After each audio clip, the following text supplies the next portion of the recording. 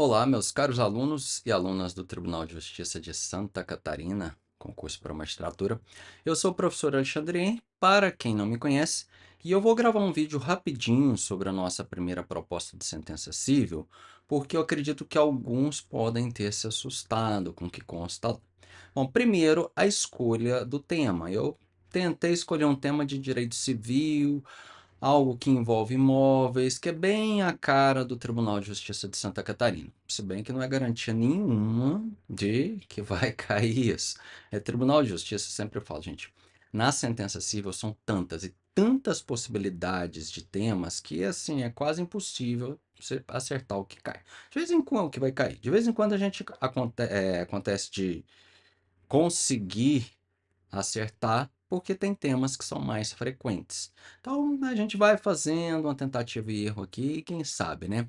Agora, uma coisa que me levou não só à escolha desse tema, mas ao formato de cobrança foi o seguinte: o Tribunal de Justiça de Santa Catarina tem histórico de cobrar sentença com a exigência de redação do relatório, e isso a gente tem que tomar cuidado.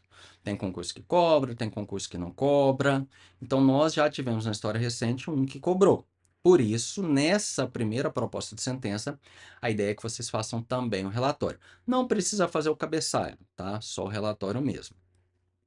Em relação à apresentação das informações, geralmente o que a gente teve de histórico do Tribunal de Justiça de Santa Catarina, eles apresentaram meio que um relatório e pediram para você fazer um relatório, para o candidato fazer um relatório, que é meio sem sentido.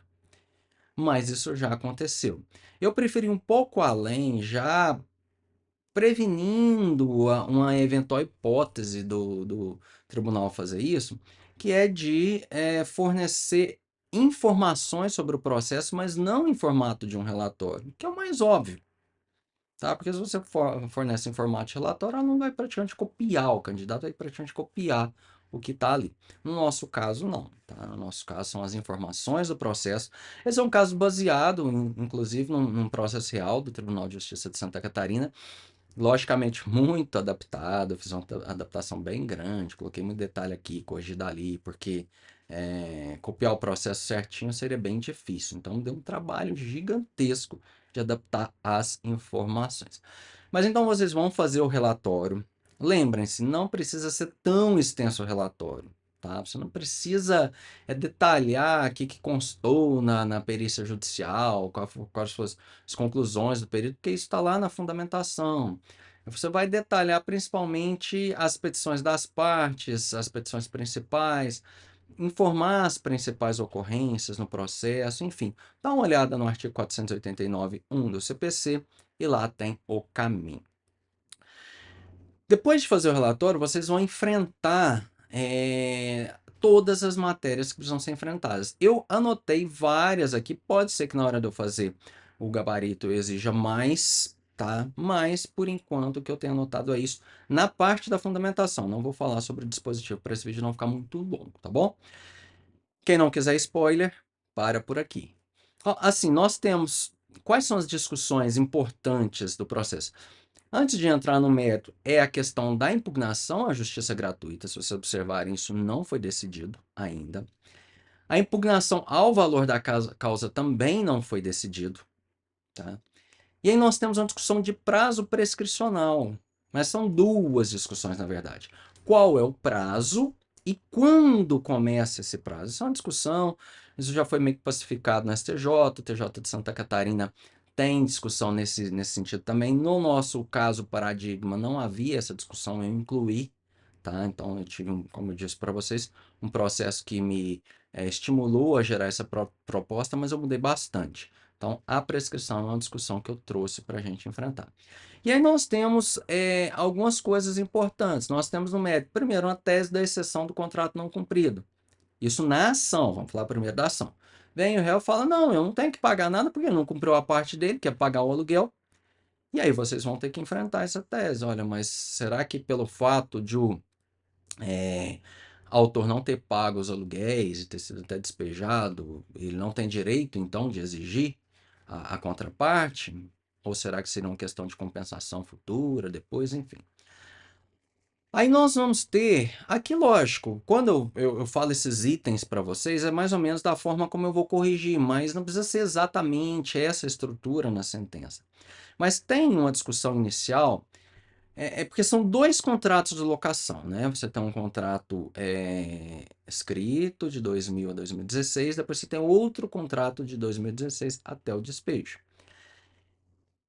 E é preciso analisar cada um deles para ver qual é o limite do direito do autor à indenização de eventuais melhorias que ele tenha feito no imóvel. Não vou separar aqui entre a cessão e benfeitoria, nem classificar as benfeitorias, porque isso é uma questão da nossa sentença. Então vocês vão ter que verificar primeiro quais são os limites do primeiro contrato e depois quais são os limites do segundo contrato, tá? E aí vocês vão passar, porque fazendo isso, vocês vão verificar já o encaminhamento de cada um dos pedidos do autor na ação. Então, no primeiro contrato, quais são os limites que ele dá para a indenização? No segundo, quais são os limites? E no segundo tem uma questão interessante, aliás, em todos você pode tratar, que o réu vai falar, olha, mas eu não dei autorização para ele fazer nada no imóvel, então não tem que indenizar nada. É outra tese que vocês têm que enfrentar. E aí vem os pedidos. Tem um pedido do autor de indenização de uma ampliação do imóvel que ele fez em 2003. Tem um pedido do autor de uma indenização de uma ampliação do imóvel que ele fez em 2018. Aí ele fala, olha, eu substituí instalações elétricas e hidráulicas em 2012. Eu fiz uma reforma do telhado em 2018. Eu construí um jardim ornamental em 2018. Eu fiz o gradeamento do imóvel em 2018. Então vocês vão ter que enfrentar essas teses, inclusive aquelas que podem tirar o direito do autor, fora o que a gente viu já dos limites do contrato. Uma das teses, por exemplo, é a que o réu falou, olha, no caso de benfeitoria, a voluptuária não tem que indenizar, em caso nenhum. E, além disso, eu vou indenizar o quê se ele tirou tudo de lá? Aí vocês vão ter que analisar todas essas discussões, tá bom? E aí nós temos um pedido do réu de condenação do autor em litigância de má-fé. Ele vai explicar lá por que ele entende que é assim. Aí nós partimos para a reconvenção. A reconvenção tem um pedido de indenização por lucros cessantes. Então vocês vão ter que entender o que é esse pedido, se o reconvinte tem direito ou não, e se tiver direito, durante qual período e em qual valor. Tudo fundamentado. Tem o pedido de condenação ao pagamento dos reparos do imóvel, e aí tem que ver se o reconvinte tem direito, se tiver, quais são os limites desse direito desse reconvinte. Os limites vocês vão ter que analisar de acordo com o período e a qualidade da reforma que ele precisou fazer. Destinou-se a quê a reforma? Foi só a recuperar o que existia antes do reconvindo sair do imóvel ou também a fazer outras melhorias? É isso que você tem que ver. E por final, nós temos um pedido de indenização das benfeitorias retiradas do imóvel ou danificadas. É o que o reconvinte alega. Fala, olha, ele retirou as benfeitorias, ele danificou o imóvel tudo. E aí vocês vão ter que decidir essa parte. Logicamente, o ponto central aqui é a perícia e a ata notarial. Porque se vocês perceberem, o autor, ele não questionou muito dessa ata notarial. E foi lá o perito e falou alguma coisa sobre ela. Então é isso, vocês precisam ver. Então, essa é a fundamentação da nossa sentença. Como eu disse, pode haver algum outro item que eu não cobrei, mas que eu vá cobrar. Mas a base é essa, esse é o principal. E aí, logicamente, vem dispositivo da ação, juros de correção monetária na ação, despesas processuais honorários de sucumbência na ação, e a mesma coisa para a reconvenção. Então é isso. Olha, pessoal, uma das grandes diferenças do justo tutor em relação aos demais cursos é o contato que vocês têm com o professor. Então, não deixem de mandar dúvidas pelo Falo com o Professor, não deixem de escrever no nosso fórum e vamos encarar essa sentença. Ah, professor, mas 20 páginas, quase 20 páginas. Olha, TJ de Santa Catarina não dá para brincar com ele, tá? E o TJ do Rio Grande do Sul, que é um pouquinho mais para baixo, usa processo real. Então, No processo real, você vai ter que analisar 200 páginas. O TJ de Santa Catarina vai que resolve fazer a mesma coisa, né? Trazer um processo real como o do Rio Grande do Sul faz. Ou fazer não um relatório e para você fazer o relatório em cima daquele, mas sim fazer o que eu fiz, que é mais ou menos um apanhado do que aconteceu no processo para você criar o relatório. Pode ser.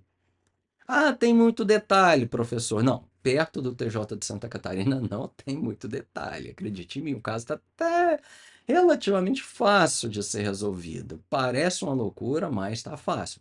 Agora, como eu digo, a gente tem que ter um treino forte para ter um jogo fácil, né? Então vamos treinar forte aqui, principalmente nessa primeira sentença, para chegar na hora da prova vocês estarem sossegados.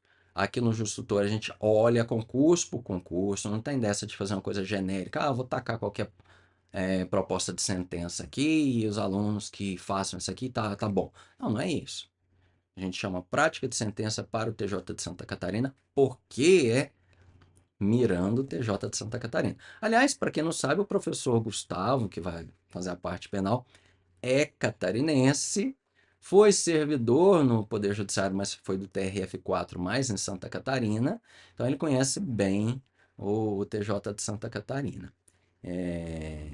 Nós trabalhamos esse concurso várias vezes, né? TJ de Santa Catarina é muito frequente, a gente está trabalhando concursos desde 2016, então a gente já passou uns 3, 4, 5 de Santa Catarina. Conhecemos as dificuldades todas. Então é isso. Façam as sentenças. Depois, no meu retorno, vai ser um bom gabarito para vocês. Vai ser uma sentença modelo também. Vocês vão ficar assim bem, bem completos de material para enfrentar se cair algo similar. Aí nas próximas sentenças, às vezes eu dou uma aliviadinha para vocês, tá bom? Então, um abraço do professor Alexandre e boa sentença.